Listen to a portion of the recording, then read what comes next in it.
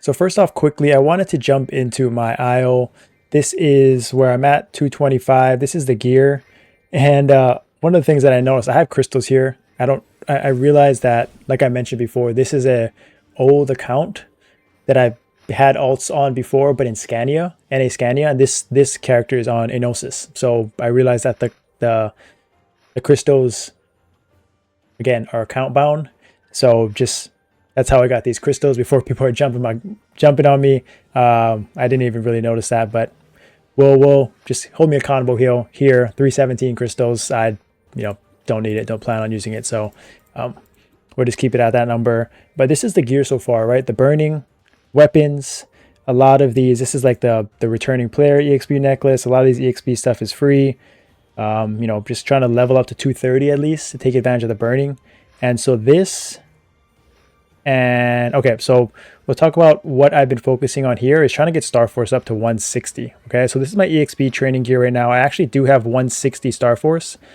So right there, 154, 5, 6, 7, 8, 9, 10. So 160. Okay, so that allows me to do Chaos Daily Dungeons. Okay, so that is kind of my first check mark that I was talking about getting to. Next, I want to get to eventually 170 so I can unlock Sparrows, because that is how I'm going to upgrade a lot of my gear, how I'm going to upgrade, just progress in the game kind of slowly. But that is kind of the check mark of Star Force that I have to get to. Okay, so I'm in no rush. Like I think you can push Star Force here, but since I'm so starved on mezzos, like I'm not going to waste 500, like I don't even have, mezzos here to use on Star Force. I don't think that's the route that I want to take. But if you wanted to look at my hyper stats, I went here kind of just the balance of crit rate, because crit rate is king right now. And then just a mix of damage, kind of nothing crazy. Just was trying to look for what was the most affordable, best bang for your buck.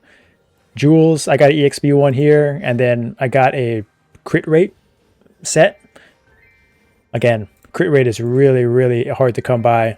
And kind of speaking to that 34%, one of the things that I noticed when I was pulling nodes, just from achievements and stuff, there's these lethal strike crit rate special nodes that are actually pretty solid. So like I've been keeping them. It's got to be crit rate. So yeah, there's like 50% for 15 seconds on the 50th attack. So there's a lot of good ones here. Like there's got to be a 50 for 5 seconds. And there's all these ones. So I just keep an eye. If you pull one of these, keep it, because it kind of helps down bosses a lot quicker. Get it within your burst window, things like that. Increase 50%. There's some of these are 100%, right? So it's like 50% here. I thought there was a 100% one. Maybe I'm tripping. Nope. Okay, so it's all 50%. But again, that's plenty good enough. Don't forget to use your tangs. Get your tangs for the crit rate buffs, things like that. Do this daily always. You can get EXP buffs here. But I always just try to max these out as much as possible. Just do the tangs dailies. And then just do your bosses. So on top of that, I'm trying to obviously do the burning, the aisle. So I looked at this challenge mode, and this was actually sick. So they actually give you, if I get 170 Star Force, which is my goal, kind of 2-for-1 Pharaoh's Dungeon, and also getting this 10%, hello? And then 10% for completing this. So my goal is to do all of these slowly but surely, get up to this point. And then, like, look at this. Get a fair trade here. Not bad. So once you get this, you can get this. And this is where you can kind of start building on your content. And so I'm going to eventually try to stack these two 10% with the refined weapon, and eventually get enough stones to attempt on my Necro on my weapon. Because again, I keep talking about crit rate. It is just the baseline that you just, fair trade is just so OP that as a free to play, it's just too hard to get crit rate and like maximize damage that way. So they're take advantage of that event. And then I'm going to take advantage, if I don't pass, obviously I'll try to take advantage of these as well. So that is my goal for the event shop. That is my goal for progression. Get to 230. I still got to do these daily, or this quest here from 216 on to 220. So I got paths to take, but just slow and steady, right? The EXP from this is good enough.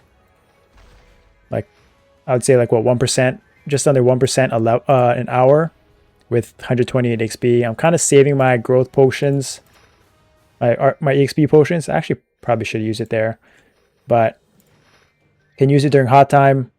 And then I'm trying to eventually stack up these Forest of Erda charges here, so I can kind of, I gotta be able to survive and get enough kills. So that is kind of the challenge with Forest of Erda, but that is kind of a, you know, long-term kind of wait and see as I progress gear wise. But this is about, I think I started this about maybe the 17th, so it's been about 8 days, maybe 9 days, so pretty solid progression. And then for this one, this is from the, you get an E level mythic armor here from, is it that? It's one of these. It was the Mio thing. I think it might have been gone, but basically a new member Mio progression that you get a box at the end. You get like a restoration scroll. So I pulled this one for Archer, and then I ended up leveling this up from Legendary. So what I was looking for in Legendary, I look at my, show you my trade station real quick, is I was looking for unique potentials and for a decent price. So I was able to find unique potential, because potentials from rare even up to epic is hard. Like I don't want to be wasting resources into trying to go into unique scrolls. So if I can find these early on, Legendary, and then obviously I use rank up stones, you get it from who knows what, but some sort of new player thing. I even got over here. And so I ranked it up, got unique potentials, got a soul on it. We get some of these souls too, 100%. And then slowly build this up to Legendary, 3-line, and just kind of just go from there, right? So I did the same unique potential. Ooh, if you want to know how I got flames, how did I get these 2-line flames? I'm pretty sure I don't remember. I know we get flames from something, and I got lucky because I have a 1-line here. So we got legendary flames. I'm pretty sure it was from meal boxes. I can't even tell you what, but I got 2 lines there somehow. So I just kept it. And then, yeah, so flames, I'm just focusing on these armors, right? So got these up to unique. I'm pretty sure you get like 30% unique scrolls. I get like 100% unique scrolls in Mio box as well. So there's some good stuff just from playing the game, and then just slowly working on these potentials, 2-line, 3-line. And so like epic here, I have a project. This is the project shoulders that I'm looking at here. Unique. And then eventually I want to get Chaos Pink Bean belt. So that's down the line. The belt, I'm trying to, play long game, because this is probably the best belt for a long time, in my opinion. Got a ton of HP. You get crit damage. It's part of the set bonus. You get boss attacks. So I think Chaos Pink Bean is where I want to go for the belt. So I'm not really investing too much into this. Star Force. And then I leveled this. I ranked this up to legendary.